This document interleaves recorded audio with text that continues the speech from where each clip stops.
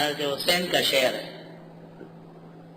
اذا كانت الابدان للموت انشئت فقتل امرئ بالسيف والله افضل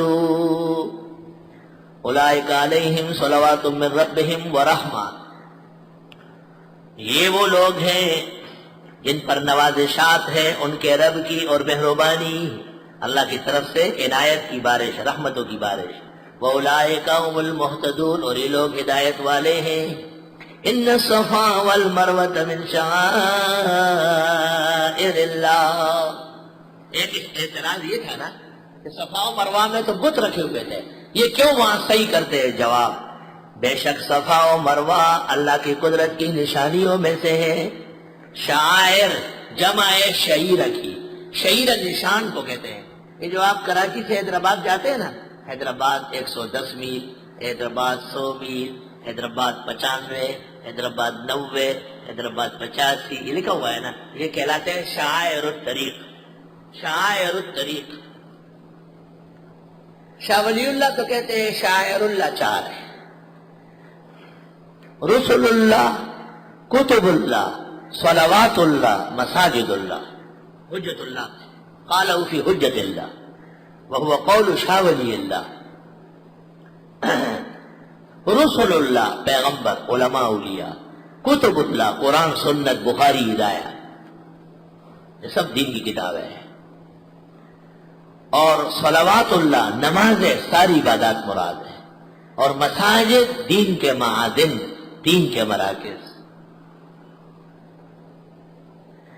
ان الصفا والمروۃ، بے شک صفا و مروہ، من شعائر اللہ،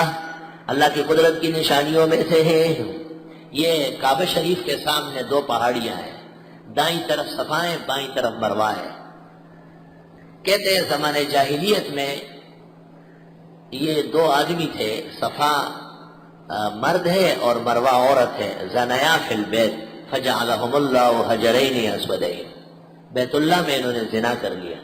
اللہ تعالیٰ نے ان سے 2 پہاڑ بنا دیے۔ ابن کثیر نے یہ روایت نقل کی ہے، والعہدۃ علیہ۔ زمانے جاہلیت میں مشرکین نے یہاں پر بت رکھے ہوئے تھے، اس جگہ کا نام تھا قدید مشلل، مشلل قبیلہ تھا اور یہ جگہ کا نام تھا قدید، قدید مشلل، بت رکھے ہوئے تھے۔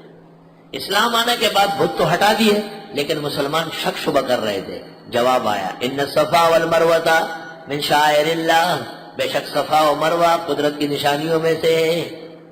فمن حج البیت واعتمر، جو حج کرے بیت اللہ کا یا عمرہ کرے، فلا جناح علیہ ان یطوف بہما، کوئی اعتراض نہیں ہے کہ وہ چکر لگائے دونوں کا۔ بیت اللہ کا کعبے کا جو چکر لگتا ہے اس کو کہتے ہیں طواف، حجر اسود سے شروع ہو کے حجر اسود پہ پورا ہوتا ہے 7 شوط، ایک چکر کو کہتے ہیں شوط، 7 اشواط ہے ایک طواف۔ اور صفا سے مروہ اور مروہ سے صفا، یہ 7 چکر کل لگتے ہیں، اس کو کہتے ہیں سعی بین صفا والمروہ۔ ہر وہ طواف جو احرام میں ہو اس کے بعد صفا مروہ کے درمیان دوڑنا ہے، جو طواف اپنے سلے ہوئے کپڑوں میں ہو اس میں صحیح نہیں ہوگی، الا یہ کہ طواف زیارت ہو، طواف زیارت، اور اس نے طواف قدوم کے بعد صحیح نہیں کیے، ایک عبادت میں 1 دفعہ صحیح، حج میں جاتے ہی آپ نے طواف کے ساتھ صحیح کر لی، دوبارہ نہیں، اور اگر جاتے ہی آپ نے صرف طواف کر کے مینا چلے گئے، صحیح چھوڑ دی، تو پھر سلے ہوئے کپڑوں کے اندر صحیح کرنی پڑتی، ورنہ نہیں۔ اللہ، ومن تطوع خیرا، جو کوئی کام کرے خیر کا، فإن اللہ شاکر علیم، پس بے شک اللہ شکر کرنے والا، علم والا ہے، قدردان ہے۔ شاکر مانا قدردان۔ اب سوال یہ ہے، شبہات تو مکمل ہو گئے، جوابات سب آ گئے، لیکن یہود کیوں نہیں بتاتے کہ یہ حق ہے؟ جواب، ان الذین یکتمون ما انزلنا من البینات والہدی، بے شک وہ لوگ جو چھپاتے ہیں جو ہم نے اتارا ہے واضح دلیلیں اور ہدایت، من بعد ما بیناہ للناس فی الکتاب، بعد اس کے کہ ہم نے بیان کیا ہے لوگوں کے لیے کتاب میں، جو بیان نہیں کرتے ہیں بیان کرنے کی چیز، اولئک یلعنہم اللہ، ایسے لوگوں پر لعنت کرتے ہیں اللہ، وَيَلْعَنُهُمُ اللَّاعِنُونَ، اور ان پر لعنت کرتے ہیں لعنت کرنے والے، إِلَّا الَّذِينَ تَابُوا وَأَصْلَحُوا وَبَيَّنُوا، اور مگر وہ لوگ جنہوں نے توبہ کی یعنی بیان کیا اور اپنی اصلاح کی اور بیان کرتے رہے فاولئک اتوب علیہم بس ان لوگوں کی توبہ قبول کر دوں گا وانا التواب الرحیم اور میں توبہ قبول کرنے والا رحم والا ہوں ان الذین کفروا بے شک وہ لوگ جنہوں نے کفر کیا وماتوا وهم کفار مر گئے درا حالے کے کافر تھے طالب علم غور کر لو جو لوگ دینی مسائل چھپاتے ہیں ان کو پہلے ذکر کیا جو کفر کرتے ہیں ان کو بعد میں ذکر کیا عالم کے کام رانی ہوتن پروری کند او خویشتن گمست کرا رہبری کند کافر کا نقصان اپنا ہے عالم کا بیان نہ کرنا پوری امت کا نقصان ایک جواب دوسرا جواب وہ اپنے ہیں یہ پرائے ہیں اپنے سے شکوہ زیادہ ہے پرائے سے کم ہے من از بیگان گا ہرگز نہ نالم کہ بامن ہر چکردن آشنا کا تیسرا جواب عالم کے بیان کا فائدہ یقین کے درجے میں ہے کافر کا ایمان لانا زن کے درجے میں ہے یقین زن کے مقابلے میں معتبر ہوتا ہے چوتھا جواب تبلیغی بھائی اپنوں پر محنت کرتے ہیں باہر نہیں جاتے ہیں کیونکہ اپنوں پر محنت کرنا زیادہ ضروری ہے پرایوں کو دعوت دینے ففی المسألۃ جواب شاف لأہل التبلیغ ان الذین کفروا وماتوا وهم کفار بے شک جو وہ لوگ جنہوں نے کفر کیا اور مر گئے درا حالے کے کافر تھے اولئک علیہم لعنت اللہ والملائکۃ والناس اجمعین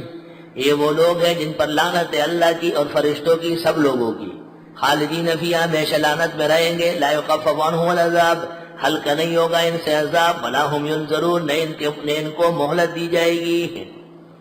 سورت کا دعویٰ تھا یا ایھا الناس اعبدوا ربکم اے لوگو ایک اللہ کی وحدت و فردت مان لو اے لوگو اپنے رب کی عبادت کرو ایک مضمون مکمل ہو رہا ہے 162 آیتوں میں تو دعوی سورت دہرایا وَإِلَٰهُكُمْ إِلَٰهٌ وَاحِدٌ حاجت روا تمہارا ایک اللہ ہے مشکل کشا تمہارے ایک اللہ ہے کارساز تمہارا ایک اللہ ہے لا الہ ہے ہی نہیں کوئی حاجت روا